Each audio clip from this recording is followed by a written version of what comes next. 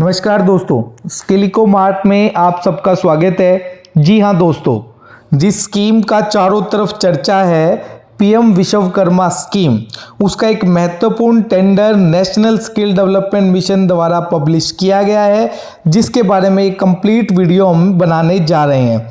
सबसे पहले मैं आपसे रिक्वेस्ट करूंगा, जैसे कि थंबनेल से आपने जाना कि ये पीएम विश्वकर्मा स्कीम से रिलेटेड है, तो सबसे पहले आप इसकी महत्वपूर्ण date, scope of work, eligibility, how to apply और क्या इस टेंडर की फीस रहेगी, इन पांचों बातों को ध्यान से सुने और अपनी स्क्रीन पर देखें। उसके बाद ही आप कोई डिसीजन लें इस टेंडर को फाइल करने का। सबसे पहले महत्वपूर्ण डेट पे अगर मैं बात करता हूं, तो टेंडर का जो आईडी है वो जैम पोर्टल पर है, JAM/2023B/394236 ये एक आईडी है। ये टेंडर आपको जैम पोर्टल पर मिलेगा, तो आपको जैम पोर्टल पर इस टेंडर को पा सकते हैं। महत्वपूर्ण डेट में स्टार्टिंग डेट 12 तारीख है, लास्ट डेट 25 तारीख होगी शाम के 5 बजे तक। अगर आपके इसके बारे में कोई डाउट्स हैं, क्वेरीज हैं, तो आप प्री बिड मीटिंग के अंदर भी 16/9/2023 को लिंक दिया हुआ है, उसके तहत ज्वाइन कर पाएंगे। तो 16 तारीख को 15 यानी कि 3 बजे आप इस मीटिंग को ज्वाइन कर सकते हो अगर आपके कोई डाउट्स हैं तो।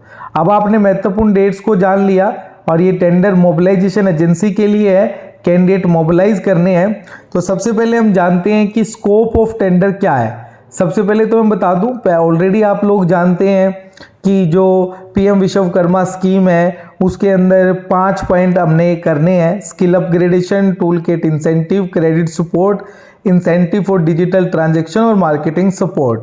आप लोग पहले से कई सारी वीडियो देख चुके हैं, विश्वकर्मा स्कीम को समझ चुके हैं, इसलिए हम ज़्यादा ना बात करते हुए डायरेक्ट आएंगे मोबिलाइजेशन का क्या स्कोप है।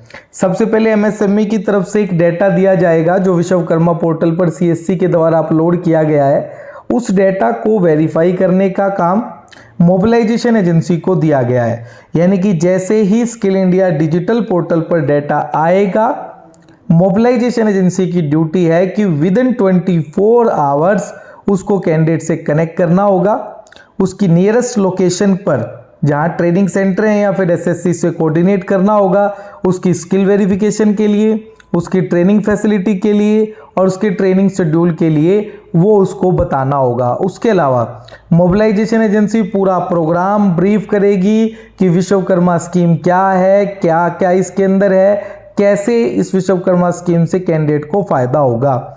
उसके अलावा मोबिलाइजेशन एजेंसी जो है basic skill training, advance training 48 to 72 hours के अंदर कैंडिडेट को कोशिश करेगी कि वो 48 से 72 आवर तक नियरेस्ट ट्रेनिंग सेंटर पर पहुंच जाए।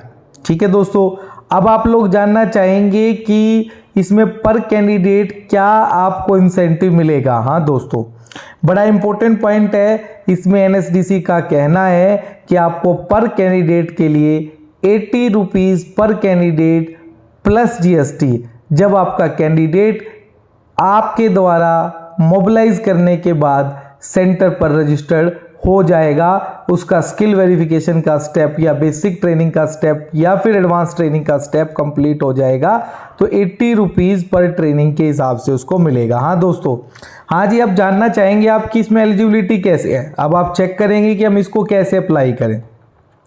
सबसे पहले मैं आपको बता दूं, आपकी जो ऑर्गेनाइजेशन है वो 3 साल पुराना होना चाहिए और जीएसटी रजिस्टर होना जरूरी है।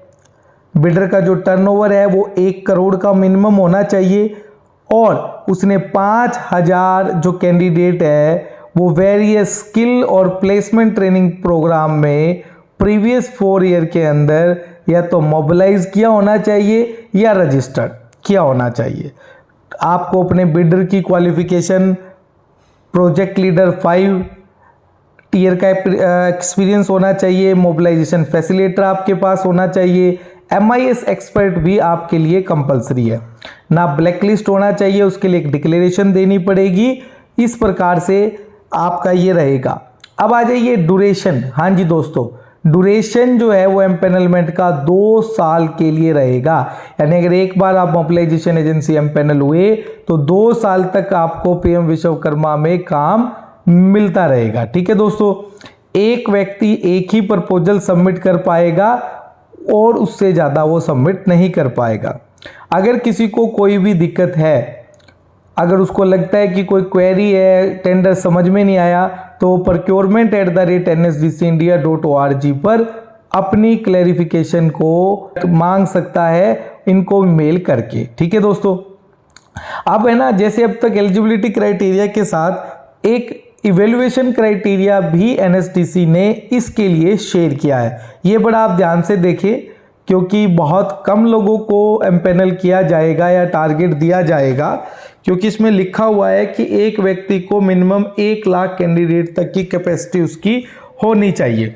तो सबसे पहले अगर मैं बात करता हूं तो आप इवेल्युएशन क्राइटेरिया में आप अपने ऑर्गेनाइजेशन को सेट करके देखिए। सबसे पहले टर्नओवर 1 करोड़ मिनिमम एलिजिबिलिटी है, पर 1 से 2 हुआ तो 5 नंबर मिलेंगे, 2 से ऊपर हुआ तो पूरे 10 नंबर मिलेंगे, 5000 कैंडिडेट है तो 10 नंबर मिलेंगे, और 50,000 है तो पूरे 20 नंबर मिलेंगे। Approach and methodology as per understanding of scope and work अगर आपका है तो टेक्निकल प्रेजेंटेशन होगी आपकी, जो कि 30 नंबर की होगी।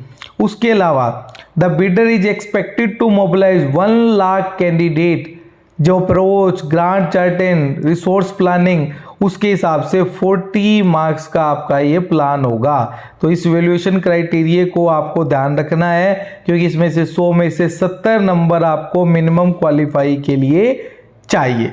ठीक है दोस्तों, अब आ जाइए इंपॉर्टेंट एनेक्चर्स हैं, उनका भी बड़े ध्यान से आपको ध्यान रखना होगा। अनेक्चर 1, अनेक्चर 1 के अंदर देखिए आप, बाकी चीजें सब समझ आ जाएगी। ये आप देखिए एच पॉइंट पर जो स्टेट में आप काम कर सकते हो, मोबिलाइजेशन सर्विसेज दे सकते हो, उन स्टेट के नाम यहाँ पर आप मेंशन करोगे। तो नेम ऑफ स्टेट बड़ा इंपॉर्टेंट है, आपको प्रेफरेंस बतानी पड़ेगी कि कहाँ कहाँ आप काम कर सकते हैं।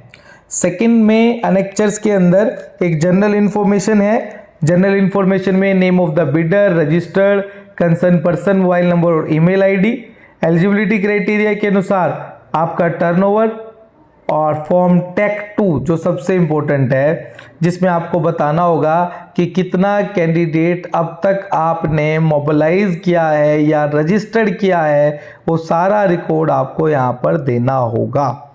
ठीक है दोस्तों, फिर वही ब्लैक लिस्ट का एक लेटर इन्होंने दिया हुआ है, उसको भी आपको ध्यान रखना है। एक जो आपकी बात आई थी ना सीवी के रिगार्डिंग, अब सीवी जब आप अपनी टीम प्रोफाइल का लगाएं तो ध्यान रखें कि आप अपने किसी फॉर्मेट में मत लगाएं, ना कोई डॉक्यूमेंट लगाने की आपको ज़रूरत है, उसके एजुकेशन क्वालिफिकेशन एक्सेट्रा कुछ नहीं लगाना आपको। आपको जो लगाना है वो सीवी का फॉर्मेट ऑलरेडी आपकी स्क्रीन पर आपको दिखाई दे रहा है। इस फॉर्मेट के अंदर साफ साफ लिखी हुई हैं डिटेल्स।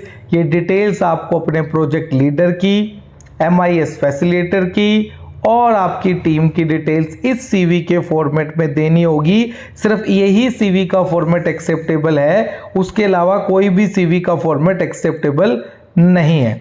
तो इस प्रकार से आप ये रखेंगे। उसके अलावा एग्रीमेंट की कॉपी भी दी गई है। हम एग्रीमेंट की कॉपी का आपको फर्स्ट पेज दिखा रहे हैं। इस फर्स्ट पेज में आप देख सकते हैं first party, second party, tender में आप पूरा देख सकते हैं। इस टेंडर के अंदर पूरा कंप्लीट लिखा हुआ है कि क्या क्या एग्रीमेंट के अंदर क्या क्या टर्म एंड कंडीशन रहेगी। तो आप इस टेंडर को फाइल करने से पहले एक बार एग्रीमेंट को भी ध्यान से देख लें, क्योंकि एग्रीमेंट ऑलरेडी दिया हुआ है, तो आप एग्रीमेंट को ध्यान से देख लें।